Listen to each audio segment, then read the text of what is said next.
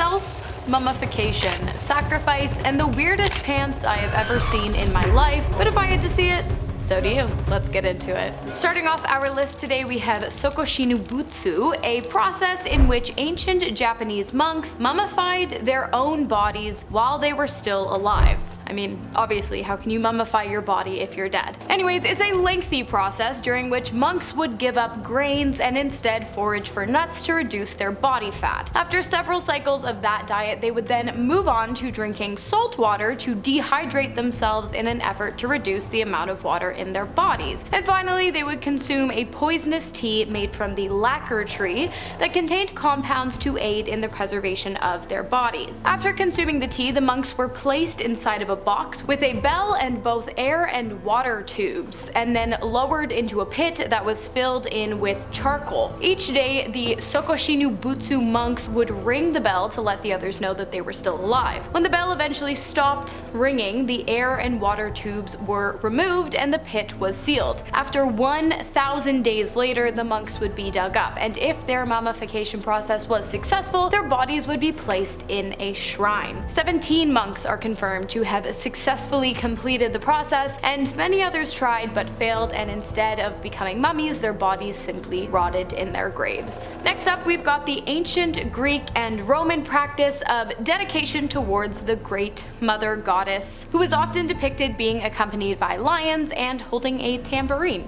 For some reason, she was seen as the universal mother believed to have created all other gods as well as humans and animals, and her most dedicated servants were eunuchs. Priests of Cybele, who were referred to as Galli, would hold a festival each March during which they would work themselves into a frenzied state before hacking off their nether regions, after which they would use clamps to stop the flow of blood. Isn't it crazy that I can talk about this but I can't use that word? The priests would put on elaborate ancient female garb, earrings, bracelets, and makeup and dance around the streets to celebrate their sacrifice to the Great Mother. I mean, I guess I can understand someone wanting to devote themselves to a higher power, but this just seems like a bit much. Next up, we have the Mingi sacrifices of the Kara, Hamar, and Bana tribes located in the Omo Valley of Ethiopia. Mingi, which I hope I'm saying right, sacrifices, which are actually still practiced by some 225,000 tribe members in secret to this day, are basically just the sacrifices of unwanted, unauthorized, and unblessed young men and women. Also young men and women who have become injured or who have had their top teeth come in before their bottom ones. It's all very strange, but the tribes believe that if a person falls underneath any of these distinctions, they are considered Mingi, which are seen as cursed beings that will in turn bring great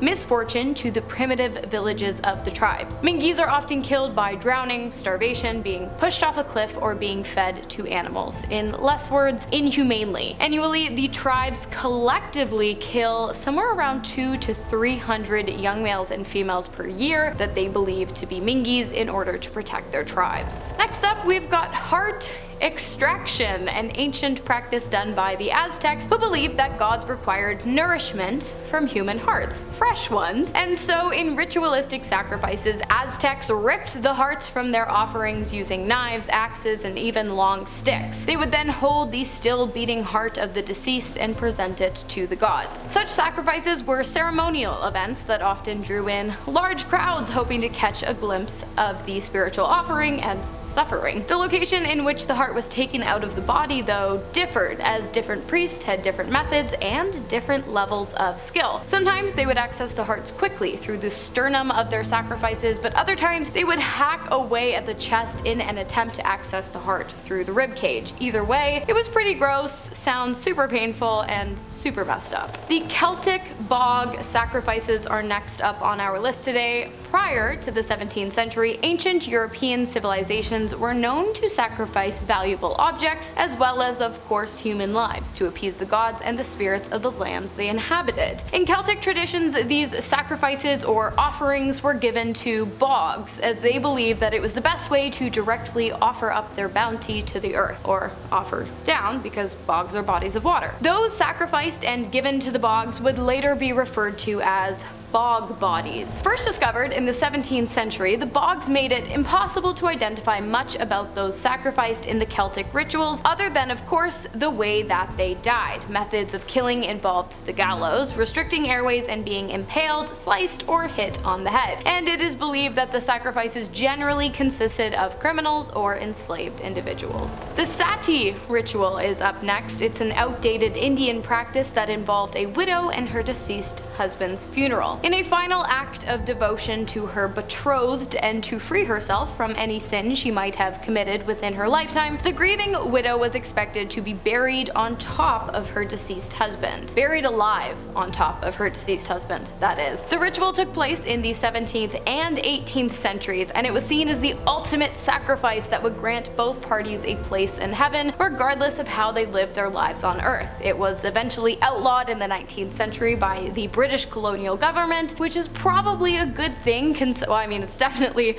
a good thing considering many women were forced or pressured into completing the ritual against their will. Next up, we have the Santhara ritual, completed by followers of Jainism, an ancient Indian religion that focuses on spiritual discipline that avoids physical pleasures at all costs, which sometimes includes food. Santhara is the ultimate act of worship. Those who practice Jainism see their bodies as a prison, and so they will deny themselves food until they eventually starve to death, and then they are freed from their earthly bounds. It's seen as a non-violent act that positively transforms the soul. During the ritual, members of the congregation not participating will continuously touch and hold the person doing the ritual, and then hold their bodies up in a sitting position just as they are about to die, because divine beings in the Jain religion are never seen sleeping or lying on the ground, and those who participate in the Santhara ritual are seen as divine. Which I suppose is why each year as many as 500 Jainism believers die completing the ritual, which they believe will lead them to nirvana. Next up,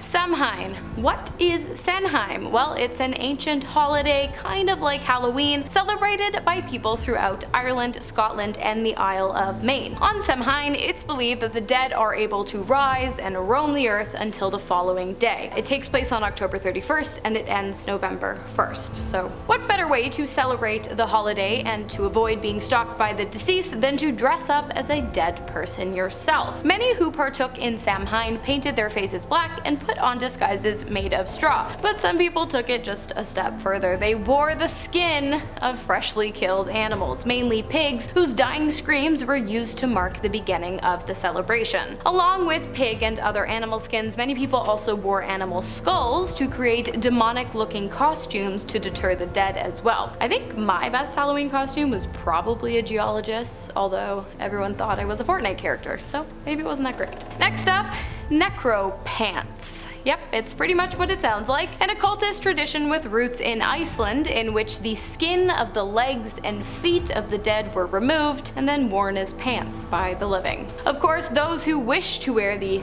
pants, believed to bring greatness, good fortune, and wealth to the wearer, had to obtain them from a sorcerer who had permission from the deceased to use their skin as pants, as it was seen as the right thing to do. The ritual took place in the 17th century, during which time Icelandic occultists also decorated dead bodies with spare ribs and sheepskin to create some kind of macabre creature that they would often display in places of congregation. They loved dead things, and lucky for us, or maybe unlucky, a lot of those dead things, including the skin pants, are still around today, kept safe in Icelandic museums of witchcraft. I think I'll stick to denim. And finally, we have your sacrifices. Not your, you are. A once major city located in Mesopotamia during the 3rd millennium BC. Burial rituals of Ur were extravagant. In fact, excavations of many Ur burial sites led to some of the richest archaeological finds in the 20th century, including gold, ivory, and high-quality lapis lazuli. Such lucrative findings in burial sites are a clear indicator of prosperous cities. But riches weren't the only thing archaeologists found during their explorations of the city's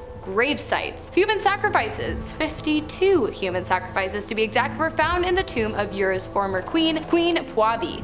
It was concluded that they must have served the queen during her life and that they were killed so that they may be able to continue their assistance of their royal highness into her afterlife. Initially, it was thought that the servants, whose bodies had been heated and treated with mercury vapors to preserve them, had been poisoned, but closer inspection revealed that they had in fact been impaled in the back of the skull with a sharp spike or stake while they were still alive. Alright you guys, some pretty dark stuff. I'm glad that most of these rituals are no longer around today. If I missed any, obviously let me know in the comments, maybe for a part 2. We'll see. As always, I've been your host, Hannah Thompson, and I look forward to seeing you in the next video.